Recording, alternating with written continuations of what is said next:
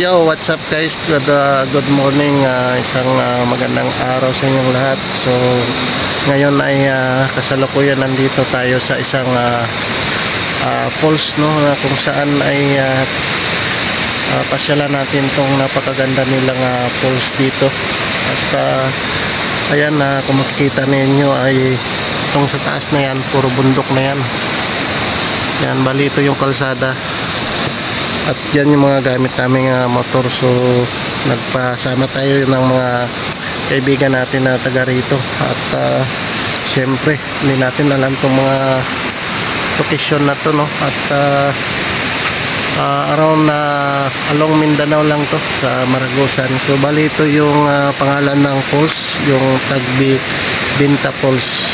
Yan, Mountain Resorts, Barangay Coronobi, Maragusan, Davao de Oro. So ayan, makikita natin yung kanilang karatula. At mapapansin natin nandito yung entrance doon. So andito yung pasukan. Yun, napakagandang lugar. Samantalang nandito sa gilid ay makikita natin yung ilog ng yung daloy ng tubig galing nasa taas. So napakalamig. Yan, napakalamig ang dumadaloy na tubig yan. Right, yan, hanggang pababa na yan doon sa mababang portion. So ito ay bungad pa lang ng bundok, no?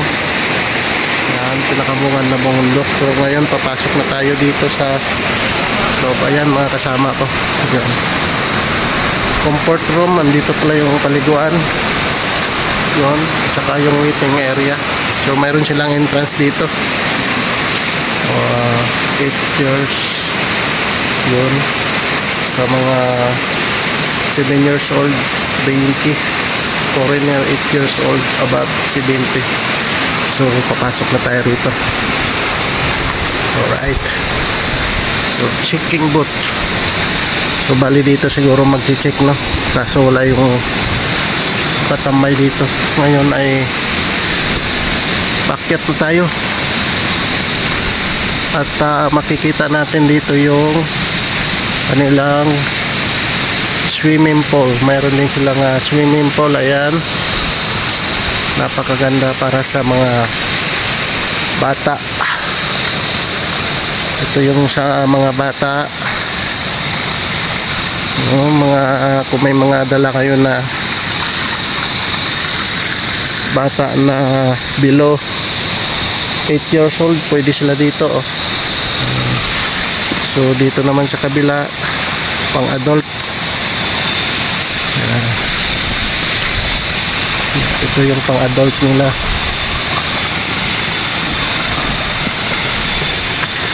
So yun, maganda ng lugar, oh. Yan, pinakamataas na ng bundok yan.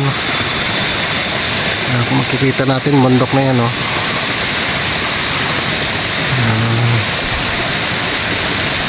So ngayon aakyat pa tayo doon sa cottage, pang cottage nila.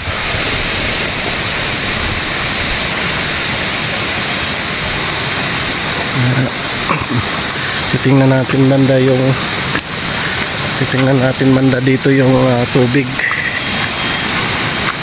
kung saan ay dumadaloy. Alright, napakalamig. So pwede rin dito, no? Pwede ka rin magtambay-tambay rito. Ayan, yan yung tubig, napakalinaw yan, oh. Kahit dito pwede ka na maligo, nalinaw ang tubig. Alright, yan. So akyat na tayo doon sa pinaka falls.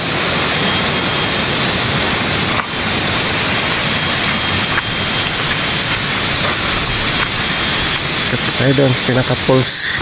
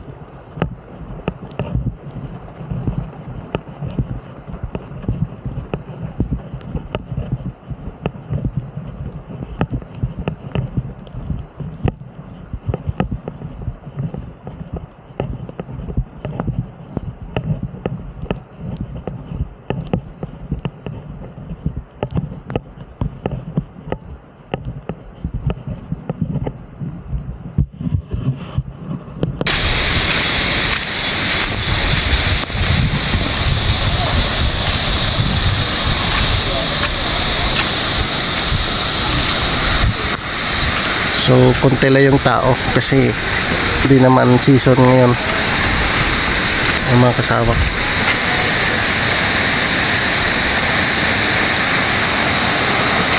Yun.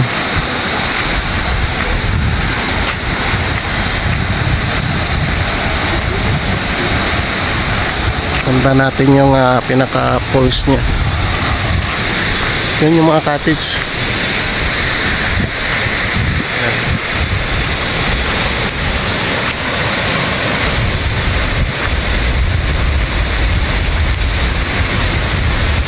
Wow, napakalamig. So nandito na tayo sa pinaka falls. Andun yung falls nya. Ako makikita nyo sa camera natin. Diyan bumabagsak yung tubig at mataas din, ano. So lalapitan pa natin ng bahagya para mapakita natin sa inyo at masubaybayan natin yung gandaan nitong falls dito. So alright, napakaganda. So pwede kang bumaba rin dito at magtimpasaw dyan. Yan, pwede ka maliligo doon, pwede rin. Dito ramdam na ramdam ko na yung lamig ng kapaligiran. So may akyatan sila rito. So sabi ng mga taga rito, pagka araw ng Friday hanggang Sunday, marami daw naliligo dito at pupasyal. Ngayon ay taon lang hindi pa may signage dito na be careful always pag amping kanunay. Yun. So pagkakataon na natin to kasi konti lang tao yung pumunta, no. Halos dalawang grupo lang kami at saka yung kabilang grupo kasi dito panay ang ulan, umuulan at yun, wala halos na pupunta dahil nga tag-ulan. Pero pag summer time, yun, maraming pupunta dito. So ayan, makikita nyo yung kapaligiran. Pupunta pa rin tayo doon sa malapit para tabi-tabi makikiraan po. Yun, may nakalagay dito, no smoking.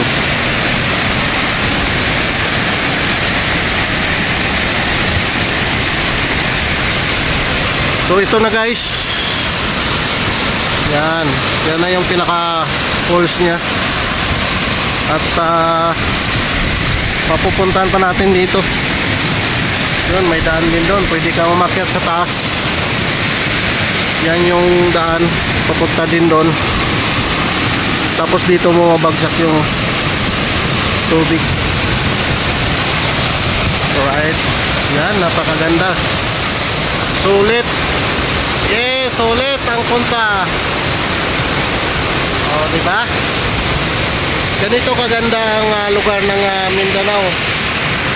Kaya ako binabalik-balikan ko yung lugar ng Mindanao dahil napakarami ditong mga papasyalan na hindi ko pa napupuntahan. So hanggat siyempre hanggat kaya pa natin gumala, gagala muna tayo, diba? Dahil hindi na natin masasabi, ang buhay natin ay talagang may hangganan. So pag may time at kaya mo pang gumala, enjoy, chill lang tayo. So medyo relax muna tayo sa ating vacation. At siyempre sa trabaho, tuloy-tuloy din ang trabaho natin pag nasa barko tayo, no? So maiba naman tayo dahil siyempre nandito na tayo sa Mindanao. Susulitin natin to yung pagkakataon na yan. So ngayon kasalukuyan nandito na tayo sa falls na pinuntahan natin at sinadya. Yun, matatanong natin, napakaganda yung falls na to. Alright. O, diba? Yan. So sa lahat ng mga solid supporter natin, lalo na yung mga taga Mindanao, nung nakaraan na nasa Jinsan tayo, no? At ngayon nandito na tayo sa Maragusan. Sa aking mga supporters na taga Maragusan, alright, sa aking mga followers sa Facebook, at sa mga hindi pa nakapag-follow sa aking Facebook page sa Palaboy Venture, paki-follow po yung aking Facebook account, at sa aking YouTube channel, yung Boss Venture Vlog. Alright, so sa mga taga Maragusan, maraming salamat sa inyo, at ito, nakapasyal ako sa inyong lugar. Medyo ano lang yung boses natin kasi kagagaling lang natin ng trangkaso, no? Ilang araw tayo na nagpahinga, gawa na nung pagdating natin ay medyo pagod, tapos na stress siguro sa biyahe. Kaya ayun, so ito, matutungayan na natin yung kagandahan nitong falls na to. Alright, yun.